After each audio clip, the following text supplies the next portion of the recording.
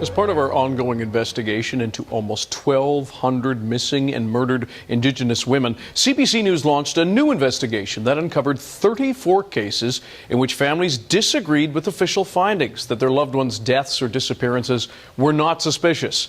Our Angela Starrett now looks into one of those tonight. Grieving family members often visit this laneway to pay respect to the 22-year-old Cree woman who died here in September of 2010.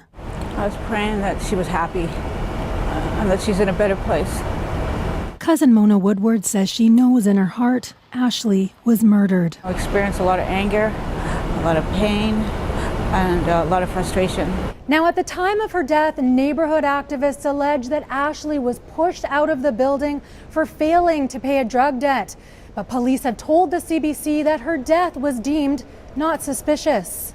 The coroner could not determine if Michiskinik was the victim of foul play due to a lack of evidence. But in her report, Coroner Lisa Graham stated several people were interviewed by police, including some who were alleged to cause her harm. No, apparently when she came out the window, she came right 10 feet across the alley and she landed right in this area over here. And a former VPD officer says he also thinks that was the case. I felt that she was thrown out for whatever reason. And down here that happens. I mean, there's people, women especially, that sort of get the short end of the stick. They get their head shaved, they get beaten, they get sexually assaulted actually for as little as $30 or $40 drug debts. So the 25-year veteran downtown Eastside beat cop did his own investigation to find clues into the death of a woman he knew since she was just 15 years old. And he found witnesses who say a larger man was in the room just before she went out the window and had them scared enough to flee the room. In fairness to the police, until somebody comes forward that was actually in the room, it's really tough for them to move forward. Dixon says those who saw what happened fear retaliation if they speak out.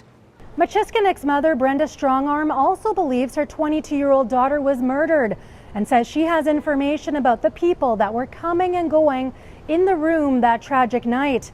The police have told the CBC if new evidence comes forward, they could investigate.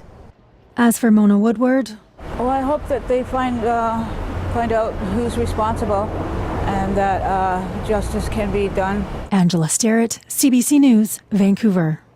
CBC News will have more stories like this in the days ahead. And for more information on these cases across the country, go to cbc.ca/missing and murdered.